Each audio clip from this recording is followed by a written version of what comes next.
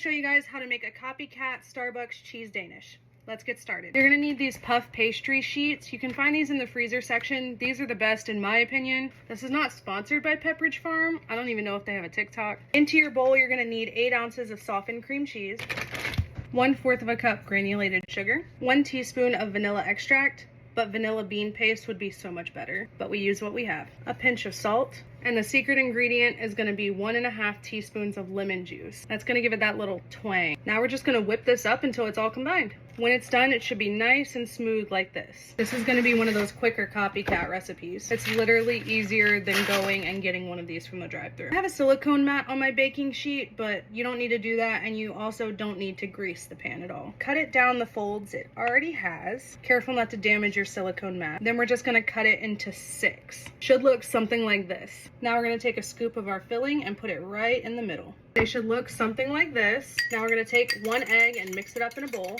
We're just gonna brush that egg on all around the filling. Once they all look like this, into your 400-degree oven for about 15 minutes. Today I learned why they don't put extra filling in these things. That's okay, we're just gonna go around and scoop the filling up and just push it right back on top. If you're trying to fool your kids into eating these, you can go ahead and press down the sides too so they look a little bit flatter. Now for the worst part, we have to let these cool a little bit before we can eat one. Before anyone comments, well, what if I don't want 8 cheese danishes? Let these completely cool, pop them in a Ziploc bag, put them in the freezer, then heat one up in the microwave whenever you want. Because if you think Starbucks or any other place is making these fresh, you got another thing coming. And here's what they look like. Of course, we gotta try one.